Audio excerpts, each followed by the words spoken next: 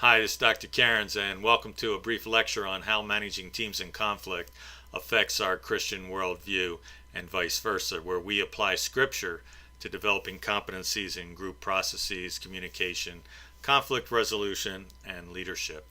So let's look at this week. We're going to be examining, looking at coping with information overload.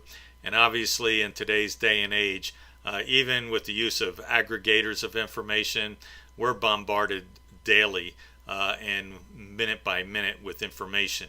And what it does is it impedes critical thinking. It also promotes indecision, and it also focuses our attention away from the matter of hand. So how do we cope with this amount of information that we receive? Well, we could screen it.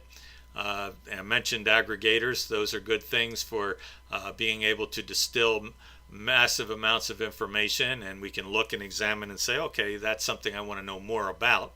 We can also shut it off. God forbid that the internet, our Wi-Fi connection goes down.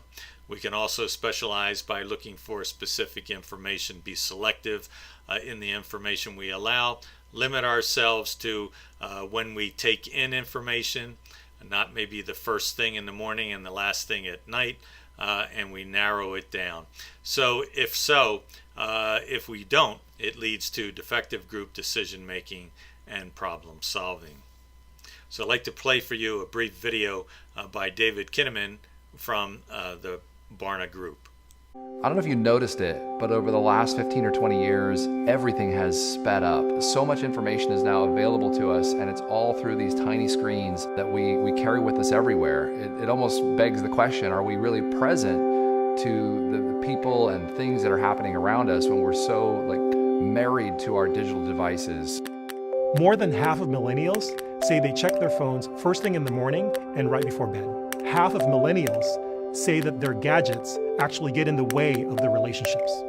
There are a lot of aspects to a hyperlinked life, being always on and plugged in. Second is our growing dependency on the data that's provided through these devices.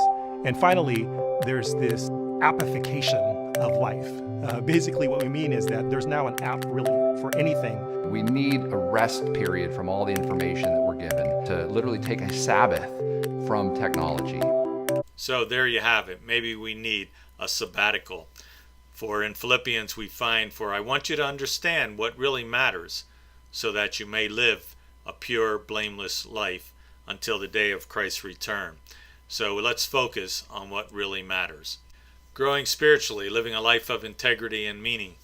So let's spell out the word shop out loud. S-H-O-P. What do you do when you come to a green light? Spell out the next word, J-O-K-E. What do you call the white of an egg?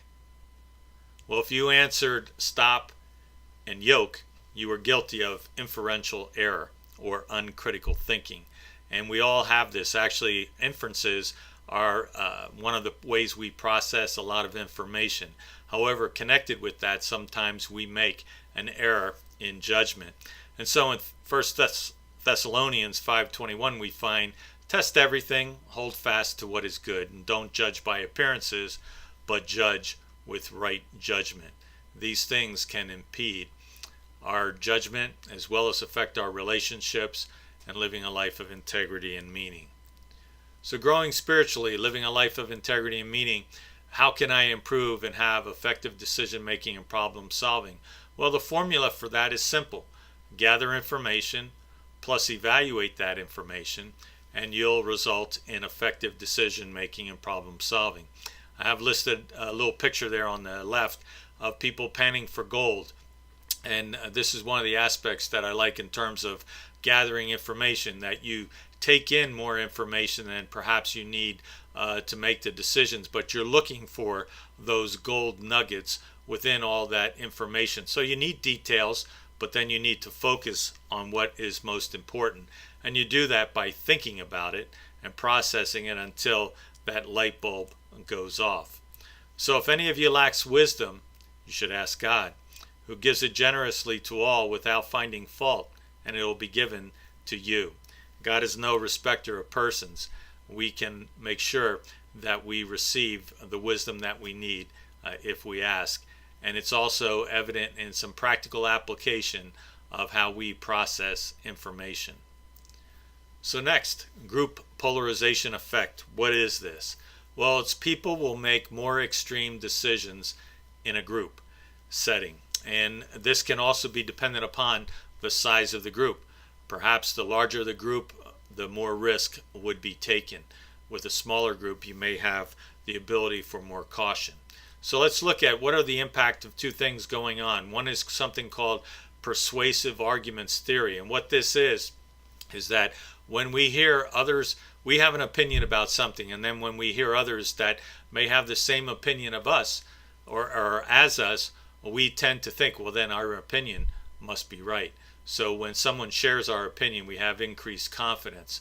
And then it's influenced also by discussing the task at hand with a group. And so the more we put it out there, the more comfortable we get in making that decision. And then where we substitute our own individual responsibility and we give it over to the group. Sometimes we think we're being agreeable, but what we may be doing is deferring to the group and not really taking responsibilities ourselves. And then there's something called social comparative theory that's also at effect. And what is this? Well, after a discussion, we may shift our own thinking and be inclined to what the group has to say because we want to be accepted by the group and we want to conform to the group behavior. Something may interject something called groupthink that you get involved with later on. So it's a desire where we're influenced by the preference of the group. And so looking at this in terms of how it affects sustainable relationships and the development of the group, we can look at persuasive arguments theory and the impact that group pressure has, where I may sit out and I may not voice my objection, or I may just acquiesce by not saying something that I defer to the group pressure. Then ethics. What happens when pressure to compete increases on my own ethical behavior? Do all of a sudden I find myself blending in or giving over my own viewpoints, perhaps in justifying it on the relation, well, it's the group that wants this behavior to happen. And then it also affects team building and esprit de corps and a sense of groupness and this whole aspect of that I really want to be a part of the team and an effective team member.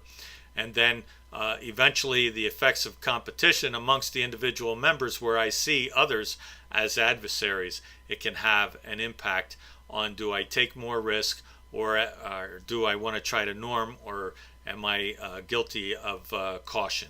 So we can find in 1 Kings a story of where a familiar passage where King Rehoboam takes counsel with the old men, but then he abandons what the older individuals have to say and takes counsel with the young men and follows that. Now we can look at that and say, well, he abandoned what the older, more mature people had to say in reference to the younger men, and the younger men were less and they were more immature. That may be the case, but there was also an amount of risk that was associated there where the young men wanted to take more risk. Perhaps the older men knew and were more cautious as a result of their experiences that played into it. Nevertheless, it has an impact on group development. So there you have it. This week, I'll continue to daily make mention that God would amaze you and have breakthrough in your life, and I see that happening weekly with your reflections.